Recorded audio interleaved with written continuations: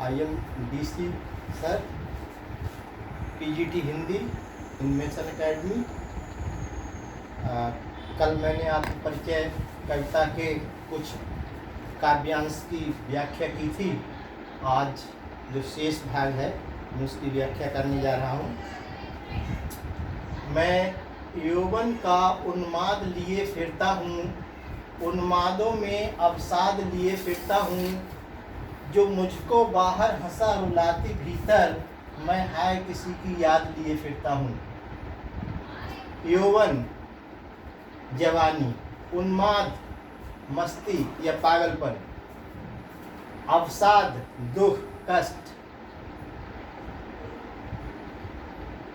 याद स्मृति, याद तो सब जानते ही हैं।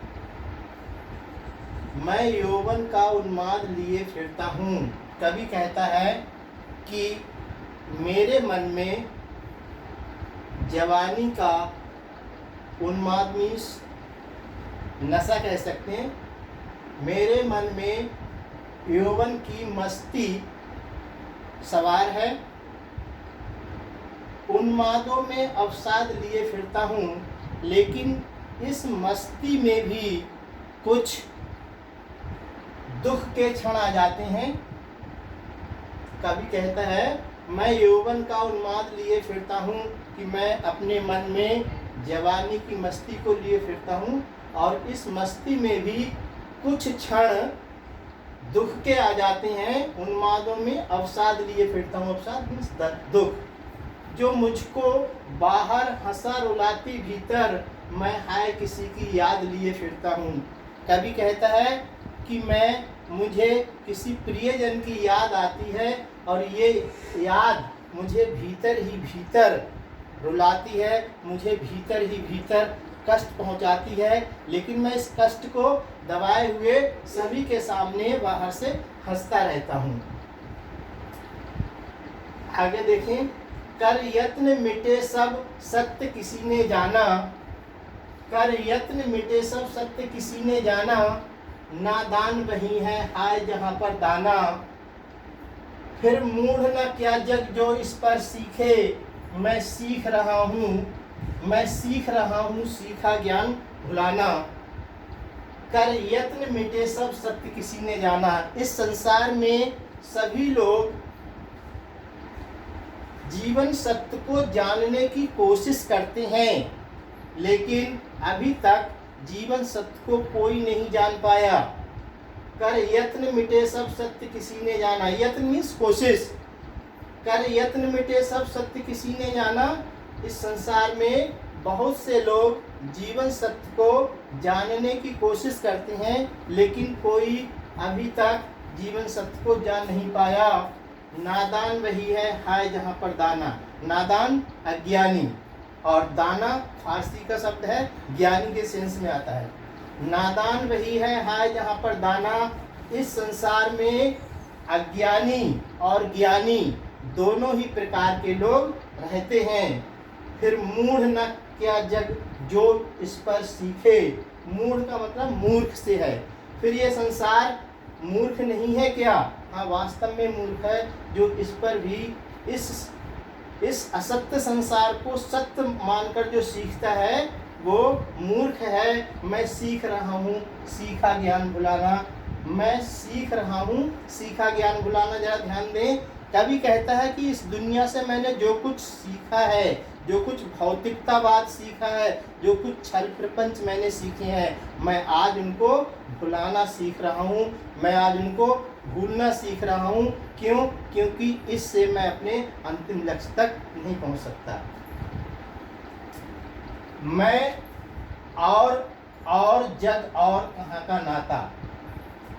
मैं और माने किसी और प्रकार का हूँ, मेरे भावनाएं किसी दूसरे प्रकार की हैं। और माने और के सेंस में आए, जब दो वाक्यों को शब्दों को जोड़ते हैं तो और का प्रयोग करते हैं। इसका अर्थ, इसका मतलब जो है, और का मतलब और ही समझिए, जग और संसार और। कवि कहता है कि मेरे विचार कुछ और हैं और संसार के विचार कुछ और हैं। मतलब मेरे और संसार के विचारों में समानता नहीं है, असमानता है। तो जब दोनों के विचारों में असमानता है तो उनके बीच में कोई संबंध नहीं बन सकता। कहाँ का नाता? कभी कहता है कि मेरे विचार कुछ और हैं और संसार के विचार और हैं, इसलिए मेरे और उसके बीच में कोई अच्छा नाता नहीं है, मुझ में और संसार में टकराव की स्थिति है। मैं बना बना कितने जग रोज मिटाता। कभी कहता है कि मैं एक आदर्श संसार की कल्पना करता हूँ, मैं एक आदर्श संसार की कल्पना करता हूँ और फिर मैं उसको, मुझे अच्छा नहीं लगता है तो मैं उसको मिटा देता हूँ, फिर दूसरी कल्पना करता हूँ। देखिए, जब हम कोई चीज़ बनाते हैं तो वो चीज़ हमें अच्छी नहीं लगती, तभी हम उसको मिटाते हैं, फिर हम उसको और अच्छा करके बनाने की कोशिश करते हैं। तो इसी तरह से मैं बना बना कितने जग रोज मिटाता, ये कवि है वो अपनी कल्पनाओं का एक सुंदर संसार बनाना चाहता है, लेकिन जैसे वो बनाता है उसको अच्छा नहीं लगता, फिर उसको मिटा के दूसरी कल्पना करता है। जग जिस पृथ्वी पर जोड़ा करता वैभव, वैभव का मतलब है धन दौलत। इस संसार के लोग, अधिकतर लोग इस पृथ्वी पर क्या करते हैं, अपने ऐशो आराम की चीजें, धन संपत्ति, इसको जोड़ने में लगे रहते हैं, लेकिन कवि जो है वो ऐसा नहीं करता।